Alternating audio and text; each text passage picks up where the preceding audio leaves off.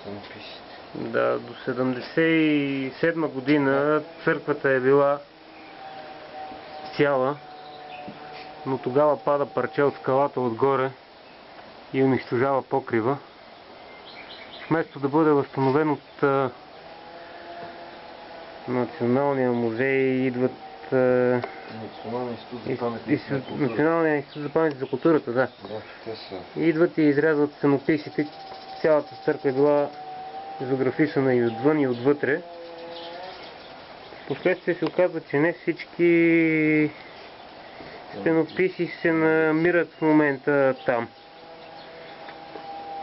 Още по-късно разни маняри разрушават зидовете в търсене на имане. Сега всичко това се възстановява полека с доста усилия. За парапетчето да кажеш, кога го подновихте, Въженцето? Ами миналата седмица го подновихме парапета. Това на 24 май ли? Не, на Гергьовден. Значи преди, да. На Гергьовден го подновихме. Беше с тънко въже и не стигаше чак до тук. А заради този участък, който е малко така по-неприятен, решихме, че трябва да го удължиме, за да ни бъде по-удобно за работа. И ето сега наистина е по-удобно. Защото иначе с бутилките с вода трудно се минава.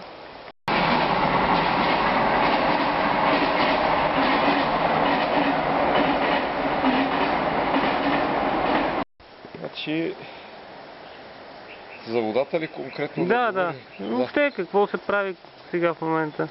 Ами в момента на скалния манастир, ето докъде са дигнати стените. Това са вече височина над 1,80 м. И се наложи строеж на скеле, нали, да се направи скеле, за да може да се работи по-нагоре. Основният проблем обаче е, че водата, която така с много усилия прекарахме по-миналата година по отвеса от Националния пещерен дом до самата скална църква, дома, Националния пещерен дом в момента е без вода.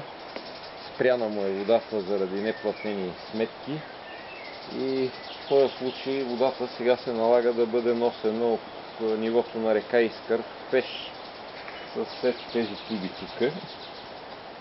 И сега точно това ще направиме. Ще пренесеме няколко туби с вода, за да може да се забърква материал следващия път, когато се дойде да се работи. Така. Малко по-настрани има едно изворче, но нивото му е много ниско и затова сега пълним от Искъра, който, както може да се очаква, си е една свинщина. Боклуци.